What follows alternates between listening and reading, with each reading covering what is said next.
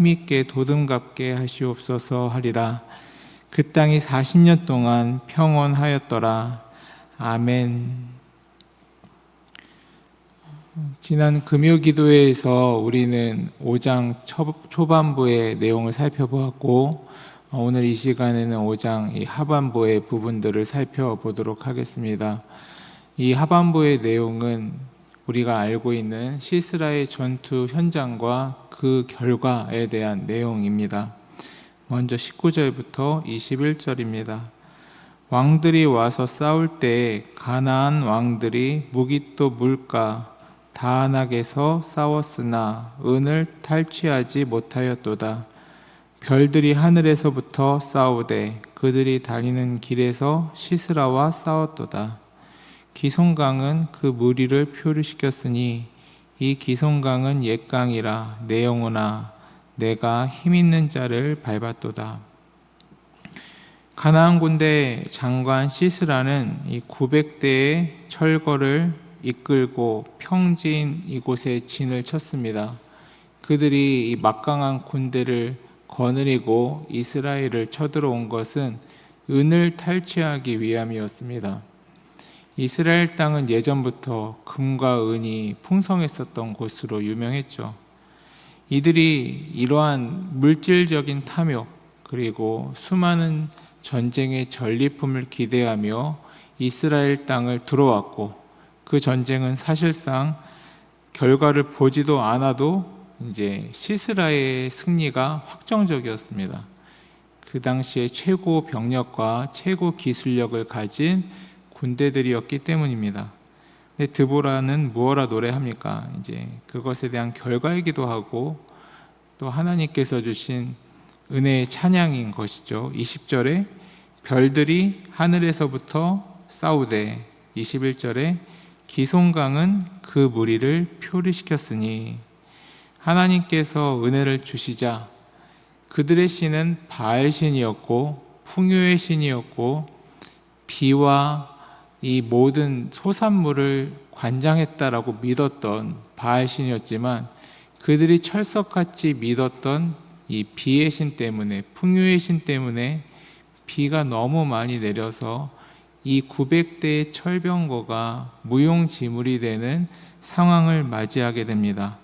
다시 말해 그들이 믿던 그 바알 신이 비를 통제한다라고 스스로 주장했을지 모르나 실제 하나님께서 별과 구름과 온 세상을 만물을 주관하시는 분은 이제 우리 하나님이시다라는 사실이 밝히 드러난 현장입니다. 갑작스러운 폭우에 메말랐던 기송강이 범람하자 이 땅은 거대한 이제 무덤이 되어버렸던 것입니다. 우리가 세상을 살아가며 두려워하는 이유는 세상이 가진 철병거, 세상의 군대가, 또 세상의 힘이 너무 커 보이기 때문일 것입니다. 자본의 힘, 권력의 힘, 인맥의 힘 앞에서 우리는 자주 절망하곤 하는 것입니다. 하지만 오늘 본문은 그럴 필요가 없다. 온 우주의 별들, 궤도, 온 세상의 만물의 질서, 세상의 티끌 하나까지도 거대해 보이는 그 무엇이라 할지라도 모든 것을 창조하시고 오늘 이 시간에도 운행하시는 분이 하나님이시다라는 사실을 오늘 본문은 선언합니다.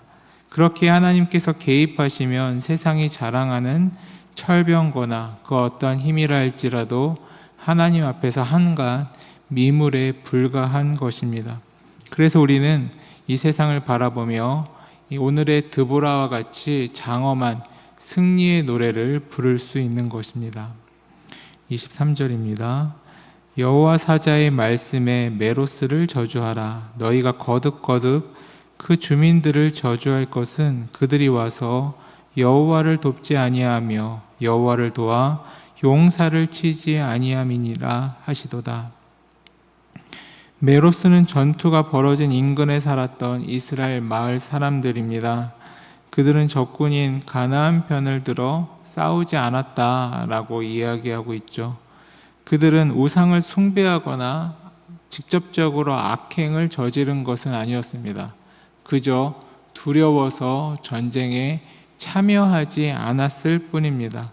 하지만 이 영적인 전투가 벌어지고 있을 때, 우리 눈앞에 믿음의 현장의 일들이 벌어지고 있을 때 우리가 직접적으로 하나님과 함께 이 믿음의 선한 싸움을 싸우지 않는다는 것은 내가 그냥 가만히 있었을 뿐인데요 라고 변명할 수 없는 이유가 된다라는 점입니다. 우리가 선한 일을 앞에 두고 또 이와 같이 예배를 드리며 매주 예배를 드리면서 하나님의 말씀의 선언을 듣고 우리 나름대로 우리의 심령 가운데 하나님께서 도전하시는 부분들이 있죠. 근데 그 말씀을 듣고 내가 어떠한 행동을 취하지 않으면 나는 그냥 그 자리에 머물러 있다. 우리 이렇게 생각할 수도 있고, 그래, 이 말씀은 내가 움직이지 않았지만 특별히 거부하지도 않았어. 이렇게 중립적인 위치에 있다라고 생각할 수 있습니다. 하지만 하나님 보시기에는 그 자리에 머문 것이 아니라 우리는 믿음의 후퇴를 한 것입니다. 왜냐하면 그 부분에 대해서 하나님께서 우리 각자의 연약한 부분에 대해서, 죄된 부분에 대해서 말씀을 통하여 말씀하시는데 그 부분을 내가 계속해서 피하고 또 피하고 또 피하면 그 자리에 머물러 있는 것이 아니라 그 부분에 있어서 내가 점점점 완악해지는 것이기 때문입니다. 이제 그와 비슷한 말씀이 선언돼도 하나님께서 말씀하셔도 그 부분에 대해서 내 귀가 더 이상 열리지가 않죠. 이 부분은 세상과는 다른 거야. 하나님 말씀은 이 부분에 대해서는 적용할 수 없는 거야 라고 마음을 닫아놓고 계속해서 그 시간이 길어질수록 우리는 점점 기회를 잃어가는 것이고 우리의 모습이 고착화되는 것이다 라고 이야기할 수 있는 것입니다. 오늘 말씀에서 이야기하는 이 메로스와 같이요. 그러한 측면에서 내가 하나님의 말씀 앞에서, 영적인 전투의 현장 앞에서 어떠한 자세로 주와 함께 나아갈 것인가, 이 전투 현장에 내가 어떠한 마음가짐으로 달려들 것인가는 굉장히 중요한 것입니다. 왜냐하면 그 자리에 서 있는 것이 아니라 후퇴하는 것이며 내 자신을 완악함의 자리에 갖다 놓는 것입니다. 그래서 하나님께서 메로스를 저주해라 말씀하셨지만 다시금 자세히 뜯어 살펴보면 메로스 민족 스스로가 저주의 자리를 찾아간 것입니다. 그래서 우리는 이와 같이 저주의 상태에 놓여질 그러한 우둔한 백성이 아닌 하나님과 함께 은혜의 자리, 능력의 자리, 적극적으로 하나님의 사역에, 전쟁에, 믿음의 은혜에 동참하는 복된 자리로 찾아 나서야 된다라고 본문은 강조합니다. 24절부터 26절입니다.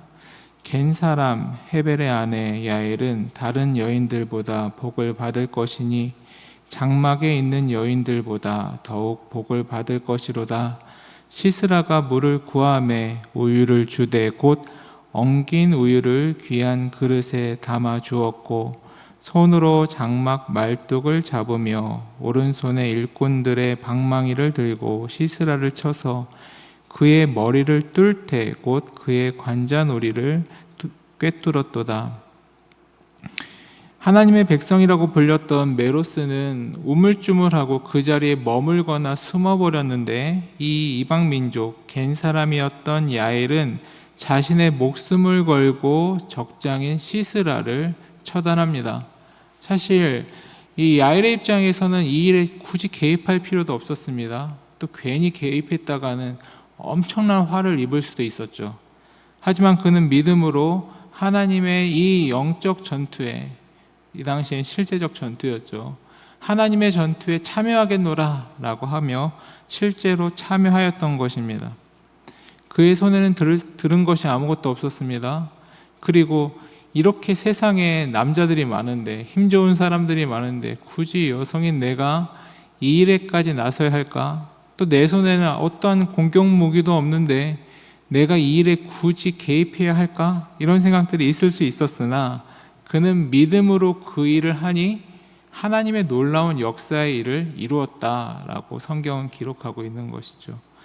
시스라가 쳐서 그의 머리를 뚫되 라는 이 표현은 창세기 3장 15절에 예수님 탄생의 예언을 생각하게 합니다. 여자의 후손은 내 머리를 상하게 할 것이요. 그렇기 때문에 성경은 이 부분에 대해서 굉장히 중요한 구속사적 예언의 성취의 사건으로 보고 앞으로 오실 메시아의 귀중한 사건의 한 측면으로 예언적 사건으로 보죠. 그래서 세상의 명화들도 이 부분을 많이 그리는 것을 우리는 알 수 있습니다. 이방 여인 야엘이 이 사탄의 권세를 상징하는 시스라의 머리를 깨부쉈던 이 사건, 이 십자가에서 뱀의 머리를 완전히 깨트리실 예수 그리스도의 궁극적 승리를 한편 그림자와 같이 보여주고 있는 것입니다. 우리 구원자 예수님 역시 화려한 왕관이나 철병거의 형태로 이 땅에 오신 것이 아니었습니다. 이 여인과 같은 가장 낮은 모습, 작은 모습으로, 또 이 십자가와 같은 보잘것없는 사형의 처형도구의 모습으로, 또 십자가가 보잘것없는 나무였었던 것처럼 이 여인도 자기 손에 든 것은 아무것도 아닌 이 나무, 이제 나무로 고정하는 나무 말뚝 아닙니까? 그리고 그걸 고정하는 방망이로 그 커다란 일을 이루었다라고 오늘 본문은 설명하고 있는 것입니다. 이어서 그 결과에서 시스라의 장군의 어머니가 이 전쟁의 결과는 당연히 우리 아들의 시스라가 이길 것이고 많은 것들을 가지고 왕궁으로 올 것이다 라고 찬양하는 부분이 28절부터 30절까지 나오죠.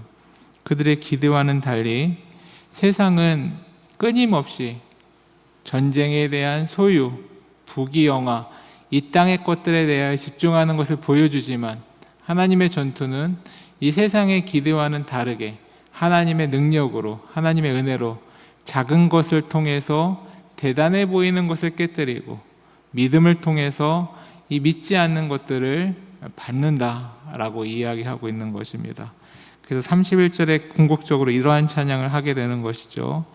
여호와여, 주의 원수들은 다 이와 같이 망하게 하시고 주의 사랑하는 자들은 해가 힘입게 도둠같게 하시옵소서 하리라. 그 땅에 40년 동안 평온하였더라. 다시 말해 주의 원수들은 이와 같이 망하게 될 것이고 주의 사랑하는 자들은 해가 힘입게 도둠같이 솟아오르게 될 것이다 라고 이야기하고 있습니다. 사랑하는 성도님들, 우리가 주님을 사랑하는 자들 아닙니까? 그래서 이 자리에 나오셔서 기도하시고 하나님을 바라보고 계시죠. 우리의 끝은, 우리의 승리의 선언은 이미 결정되어 있습니다. 해가 힘있게 솟음같이 우리도, 우리의 연약함도 과거에 언제 연약했었던 양 주님과 함께 영광스럽게 솟아오르게 될 것입니다. 오늘 기도의 자리에서 이러한 소망과 이러한 기대를 가지고 주와 함께 적극적으로 믿음의 승리의 확신을 가지고 각자의 영적 전투에 담대히 나서는 주님의 복된 성도님들 되시기를 주의 이름으로 축원합니다. 함께 기도하시겠습니다.